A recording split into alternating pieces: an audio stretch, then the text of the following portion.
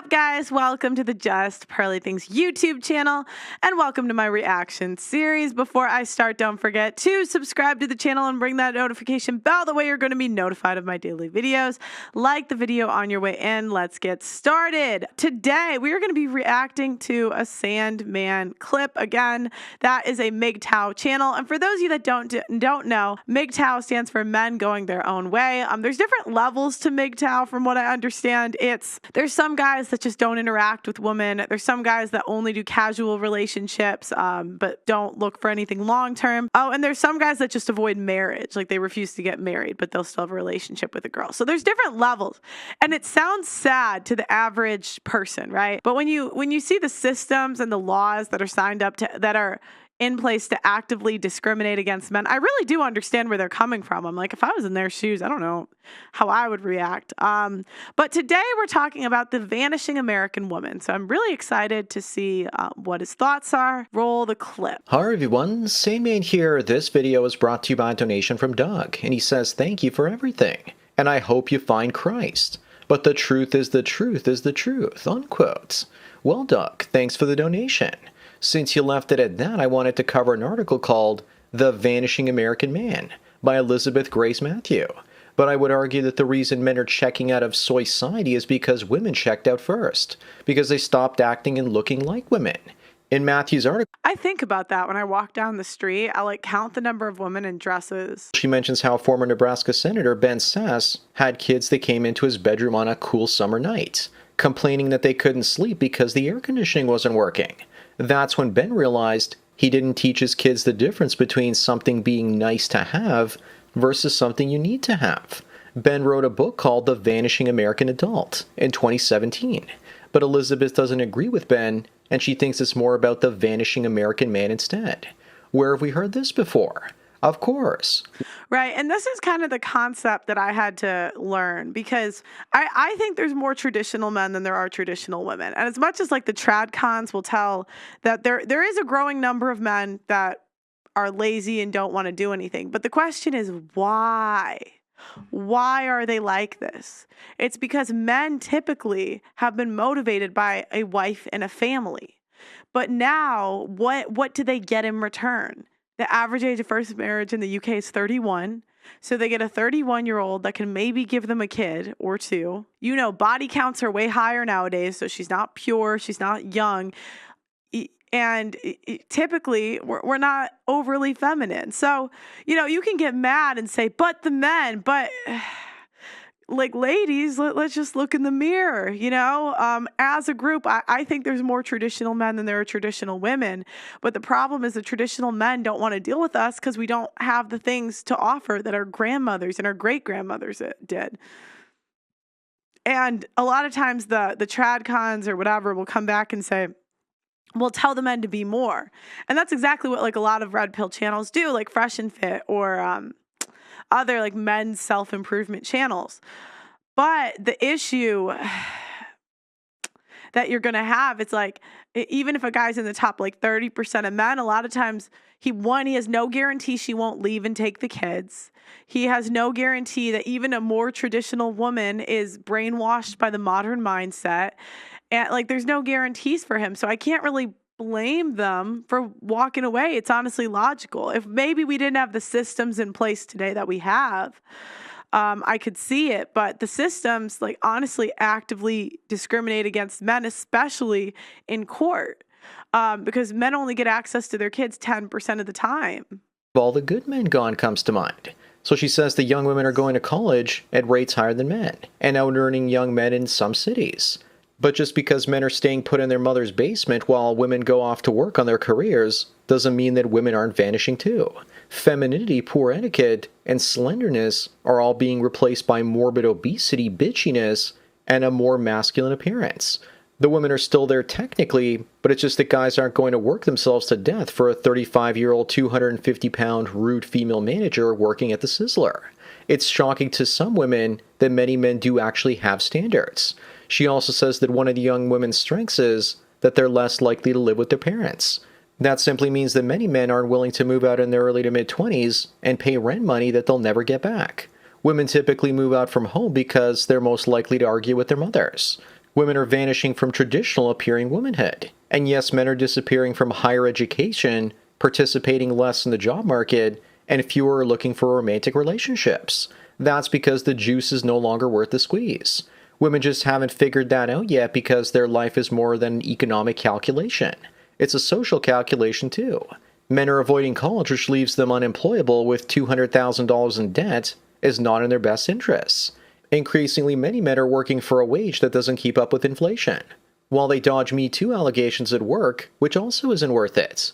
So a record number of guys are checking out of the labor pool. Men checking out of relationships is partially because women don't want to date down, and also because the quality of the ogres with ovaries out there keeps on going down. By 2030, 60% of American women will be obese. For men, the bigger a woman gets, the less we notice her.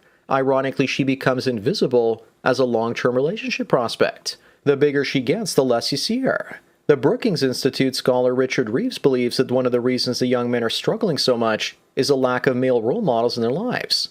Others, including Missouri Senator Josh Hawley, contend that young... Yeah, but why do they have a lack of male role models in their lives? Because when women take the children, which they do women divorce men, okay, more than men divorce women. So women divorce 70 to 80% of the time. So the women are the ones leaving. If we're college educated, 90% chance we'll leave. So we leave, we take half of his shit, and we take the kids. And now the kid, maybe, if he's lucky, gets to see his kid every other weekend. So a lot of women get mad at me because I put it on the women. But if we're leaving and taking the children, how can we be mad and say, oh, it's the lack of male role models? Well, if it weren't for your choices, Diane, Rebecca, there wouldn't be a lack of male role models. But that's not the guy's fault. Are vanishing because our culture is devaluing traditional masculine virtues and skills. So basically because the world lacks more guys like Andrew Tate and Jordan Peterson, and because masculinity is now considered toxic. I'll discuss more in a moment, but let me first tell everyone about today's sponsor, the Red Pill Ring. The Freemasons have their own rings, and now so do we. When another MGTOW sees your gold value system, to get your precious... Anyways, ring. Do it fast before Gollum with boobs stops you. Anyways, now back to when you insult men by putting Ray Barone and Homer Simpson on television 20 to 30 years ago. Did you not see how many men wouldn't just walk away from the Marriage Plantation Clown World show? Given the choice between being a doofus like Homer Simpson and chilling out in your mother's basement like a villain, it's pretty clear. You'll check out. Yeah, and the thing is, that's what the media is pushing, that we need women to lead relationships because men are so incompetent. And then we get surprised when the men are like, nah, I don't want to sign up for this. Happy wife, happy life. That doesn't sound great for me. Because society won't give you any respect.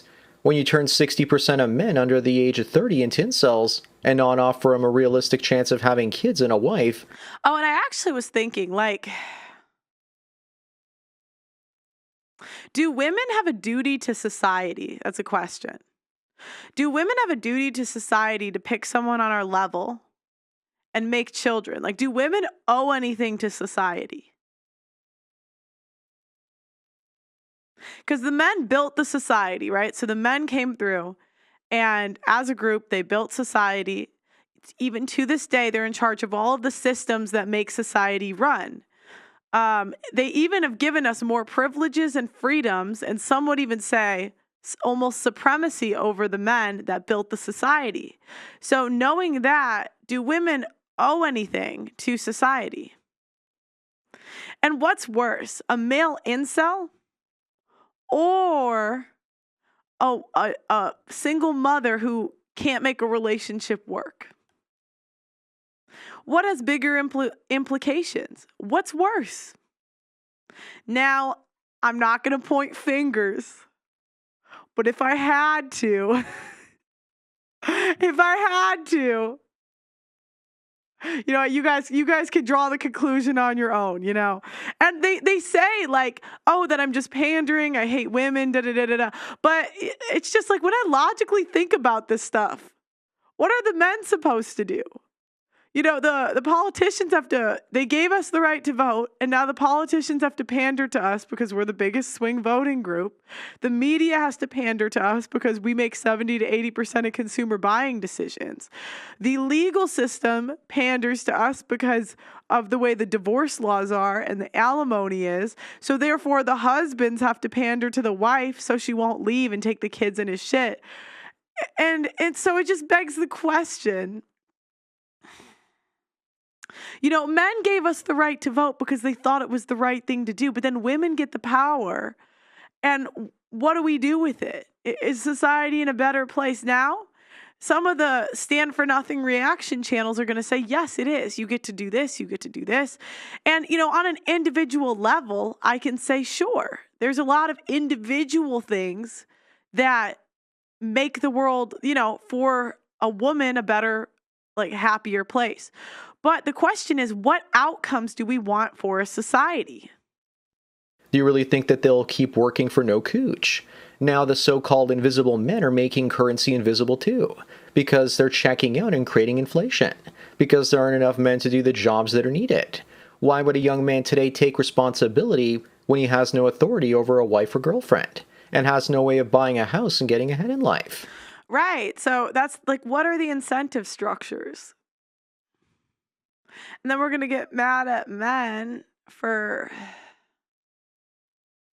not being enough. And then they act like I'm saying this to pander, but I just when I logically think about it, even though I'm a woman, so I can't think logically, only emotionally, although I do my best, I can't really blame them. Tell men they're toxic enough and tell women that they're the bestest ever, and women will do just fine. But men will have horrible self-esteem and walk away from work in the mating game entirely. But again, it's not that the men are vanishing. Many of us are just taking a break from this game until the rules change a little bit, so we have a fighting chance. And that's the misunderstood thing about MGTOW, is it's not that they hate women, they are just walking away. It's like they're, okay. I don't know if this is going to be a good comparison or not. But, when they wanted the segregation laws, you remember in the 60s or whatever, and Rosa Parks they refused to use the buses, right? And so they walked away from the buses and said, we're not going to use the buses until you change these laws. It wasn't seen as, oh, you hate bus drivers. It wasn't seen as, oh, you hate white people. It was seen as, this is an unfair law and we're walking away and boycotting this until you change it. And that's what the men are doing with women.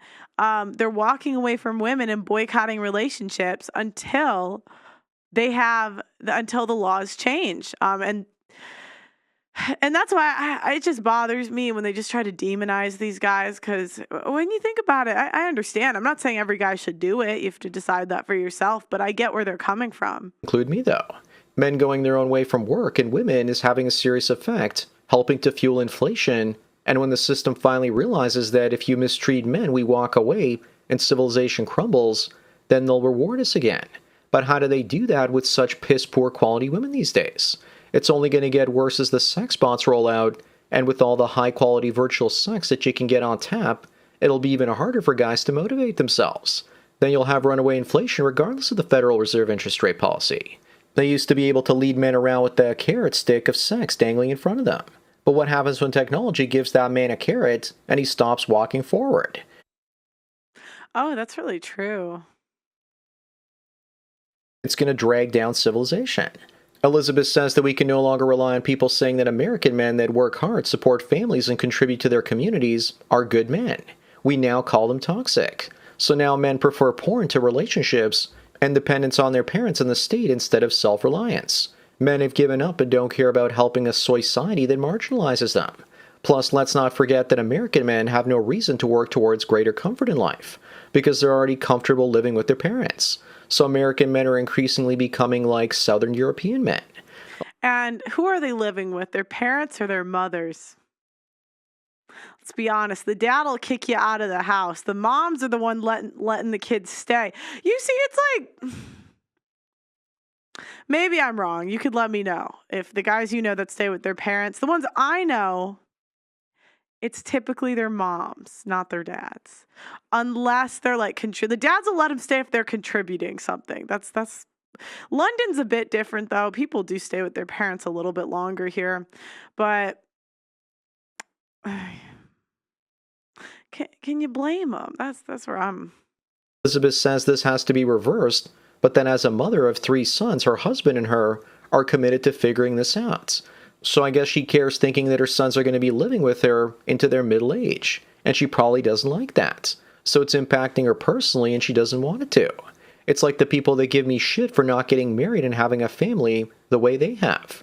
They worry the population isn't replacing itself, and then not all men are doing their parts. But why reproduce when you get disrespected for it and are labeled a buffoon for getting married by mainstream culture? Also, a few of us choosing to reproduce isn't going to change the tide of population crash.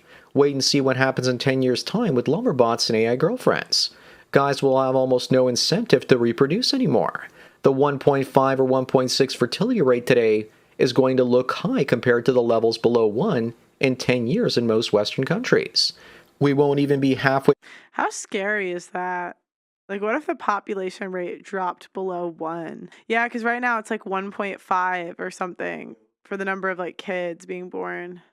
But he's saying when AI gets like brought in, it's going to drop below 1. Because not AI, like the robots, like when they get more realistic, like sexual stuff, that they're then going to Reproducing ourselves, and each generation will be 60% smaller than the last one. Then men and women won't just be invisible, but will be non-existent. This is inevitable at this point. People are going to be shocked at how fast global populations crash. All these trivial tales of men failing to launch will be pushed aside as men become even more apathetic towards the future. Men have lost hope. This is one of the reasons why culture is so important. Why we need innovative films, music, and shows to inspire the young.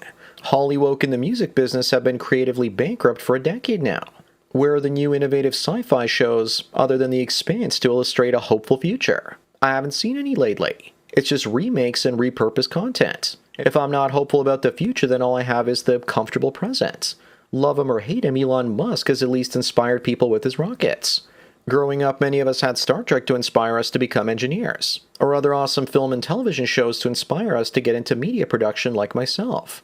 The world lacks beauty and purpose to get guys off their couch in addition to the possibility of having sex. Elizabeth is going to have to watch her sons get addicted to adult fapping off material and fail to launch. Where it's going to get really interesting is if sex bots are developed, how are teen guys supposed to sneak one into the house if it can't walk on its own and has limited mobility? Then again, it might become socially acceptable and mothers will have to give in eventually. I don't think so without a fight, but I can definitely smell a Hollywood movie covering it at some point. Then again, they probably won't because it'll be interpreted as misogyny or something. Buckle up for the ride, guys. The world is about to look more like the film Children of Men in the future, rather than Star Trek. Maybe that's why the so-called time traveler that was on Coast to Coast Radio said that in the distant future, people would be forced to have children and contribute to society, or they'd be kicked off the giant floating cities that were controlled by AI and put in the wilderness where they... Wait, there's a time traveler? Wait, hold on. I gotta find this.